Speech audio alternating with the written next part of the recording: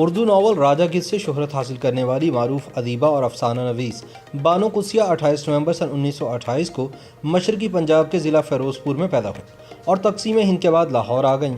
انہوں نے اپنی زندگی کے باقی ایام پنجاب کے دارالحکومت لاہور میں گزارے۔ اردو ادب کو معروف ناول اور افسانے دینے والی بانو قدسیہ نے کم عمری میں ہی لکھنا شروع کر دیا تھا۔ انہوں نے معروف ادیب، ناول نویس اور افسانہ نگار اشفاق احمد سے جوانی میں ہی شادی کر لی تھی۔ بانو قدسیہ اور اشفاق احمد کی جوڑی کا شمار ادبی دنیا کی معتبر اور مقبول ترین جوڑیوں میں ہوتا تھا اور دونوں نے اردو ادب کو لازوال کتابیں دی ہیں۔ بانو قدسیہ نے مجموعی طور پر 30 سے زائد ناول اردو ادب کو دیے، جن میں راجا گدھ، ایک دن، شہر بے مثال، توجہ کی طالب، ہوا کے نام، موم کی گلیاں اور تماثیل وغیرہ شامل ہیں۔ لوگ انہیں پیار اور ادب سے بانو آپا کہہ کر بھی بلاتے تھے اور خیال کیا جاتا ہے کہ ان کی ہر تصنیف عورت کے گرد نہیں بلکہ عورت کی محبت کے گرد گھومتی ہے۔ بانو قدسیہ کے والد بدرالزماں گورنمنٹ فارم کے ڈائریکٹر تھے، جن کا انتقال 31 سال کی عمر میں ہو گیا تھا۔ اس وقت ان کی والدہ ذاکرہ بیگم کی عمر صرف 27 برس تھی۔ بانو قدسیہ کی اپنی عمر اس وقت 3.5 سال تھی۔ بانو نے ابتدائی تعلیم اپنے آبائی قصبے سے ہی حاصل کی۔ انہیں بچپن سے ہی کہانیاں لکھنے کا شوق تھا اور 5ویں جماعت سے انہوں نے باقاعدہ لکھنا شروع کر دیا تھا۔ اسکول کے زمانے میں بانو قدسیہ نے ایک ڈرامے کا ایسا اسکرپٹ لکھا کہ انہیں پہلی پوزیشن کا حقدار قرار دیا گیا۔ اس حوصلہ افزائی کے بعد وہ 10ویں جماعت تک افسانے اور ڈرامے ہی لکھتی رہی۔ طویل عرصے تک وہ اپنی کہانیوں کی اشاعت پر توجہ نہ دے پائیں۔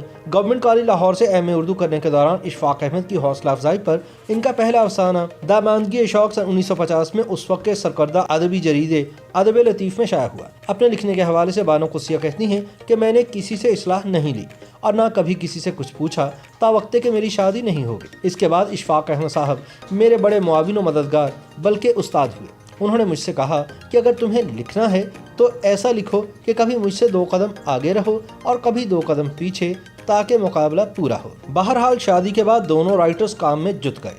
1 سال بعد انہوں نے ایک ادبی رسالے داستان گو کا اجرا کیا۔ تمام کام خود کرتے تھے۔ رسالے کا سروق بانو قدسیہ کے بھائی پرویز کا فن کمال ہوتا تھا، جو ایک آرٹسٹ تھے۔ 4 سال تک داستان گو کا سلسلہ چلا اور پھر اسے بند کرنا پڑا۔ اشفاق احمد ریڈیو پر اسکرپٹ رائٹر تھے۔ تلقین شاہ ریڈیو پاکستان پر سن 1962 سے جاری ہوا۔ اس کے ساتھ ساتھ اشفاق احمد فیلڈ مارشل ایوب خان کے ہاتھوں تازہ جاری ہونے والے سرکاری جریدے لیل و نہار کے ایڈیٹر بھی بن گئے تھے۔ ٹیلی ویژن نیا ملک میں آیا تو اس کے لیے اشفاق احمد اور بانو قدسیہ مسلسل لکھنے لگے۔ اشفاق احمد کی کوئی سیریز ختم ہوتی تو بانو قدسیہ کی سیریل شروع ہو جاتی تھی۔ ٹی وی کے پہلے ایم ڈی اسلم اظہر نے اشفاق احمد کو ٹی وی کا سب سے پہلا پروگرام پیش کرنے کی دعوت دی۔ اس پروگرام میں انہوں نے ٹیلی ویژن کو متعارف کرایا تھا۔ اشفاق احمد ٹی وی کے پہلے اناؤنسر تھے۔ ان کا ریڈیو پر بہت وسیع تجربہ تھا۔ یہاں ایک اطالوی فلم بنی تھی، اشفاق احمد اس کے مترجم تھے۔ ٹی وی پر سب سے پہلا ڈرامہ تقریب امتحان ان کا ہی ہوا تھا۔ ریڈیو ٹی وی پر بانو قدسیہ اور اشفاق احمد نصف صدی سے زائد عرصے تک حرف و صورت کے اپنے رنگ دکھاتے رہے۔ ٹی وی پر بانو قدسیہ کی پہلی ڈرامہ سیریل سدھراں تھی، جبکہ اشفاق احمد کی پہلی ڈرامہ سیریل ٹہلی تھلے تھی۔ بانو قدسیہ کا پنجابی میں لکھنے کا تجربہ ریڈیو کے زمانے میں ہی ہوا تھا۔